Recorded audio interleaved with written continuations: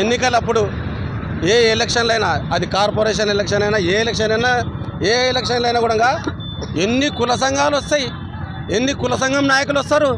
ఒక్కొక్క కులంలో 10 మంది నాయకులు బయటికి వెళ్తారు.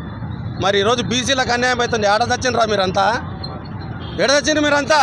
ఒక తీన్మార్ మళ్ళీ వచ్చి బయటికి వెళ్తే సపోర్ట్ చేయడానికి కూడా మీకు చేతన అవుతలేదు. మీకు బుద్ధి ఉందా? మీకేమన్నా? బీసీలలో కూడా మేధావులు ఉన్నారు కదా. ఇది జాతికి అవుతుంది, నీకో నాకో కాదు. మన తర్వాత తరమంతా నాశనం అయిపోతుంది.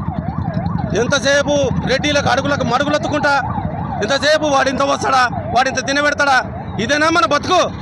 బాగుపడాలని ఏం లేదా? ఒక నాయకుడు బయటికి వెళ్ళిండు, ప్రశ్నిస్తున్నాడు.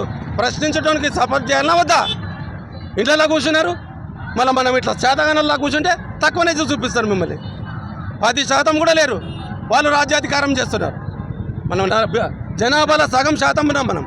మనకెందుకు రాజ్యాధికారం వస్తలేదు? దేనికి లోబడిపోయినాం? దేనికి బానిసలైనా మనం? ఇంత పోతే తినాలి, తాగాలి, ఇదేనా? ఎప్పుడైనా కూడా చైతన్యం అనేది ఉండాలి. ఒక్క మనిషి వెళ్ళిండి బయటికి తెలంగాణ కోసం, తెలంగాణ సాధించుకున్నాడు. ఇప్పుడు ఒక మనిషి వెళ్ళిండి బీసీల కోసం. తీన్మార్ మల్లన్నకు సపోర్ట్ చేయండి. తీన్మార్ మల్లన్న కోసం బయటికి వెళ్ళండి. తీన్మార్ మల్లన్న ఇంటి కోసము, ఆయన ఫ్యామిలీ కోసం ఆయన కొట్లాడతలేడు. బీసీల మొత్తం కోసం కొట్లాడుతున్నాడు ఆయన. ఎంత అవమానం అసలు! మనం లేము, మా జనాభా తగ్గిపోయింది.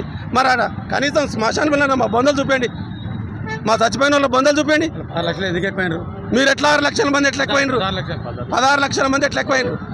దానికి కూడా ఏమైనా సాహిత్యంగా చూపండి. టెక్నికల్గా మాకు కూడా చెప్పండి, మేము కూడా ఎక్కువైతాం. అట్లా మీరు ఏమైనా తప్పుడు పనులు చేసి ఎక్కువైనరా ఎట్లా మాకు చూపండి. మేమైతే బాగా చెప్తున్నాం.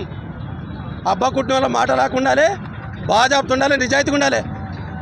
ఎలక్షన్లు అయిపోయాక మీరు మమ్మల్ని తక్కువ చూస్తున్నారు కదా, తక్కువ చూడడం మాకు కూడా వస్తుంది. రెడీలు మీకు కూడా మేము సమాధానం చెప్తాం. రాబోయే ఎలక్షన్లో చూసుకోండి.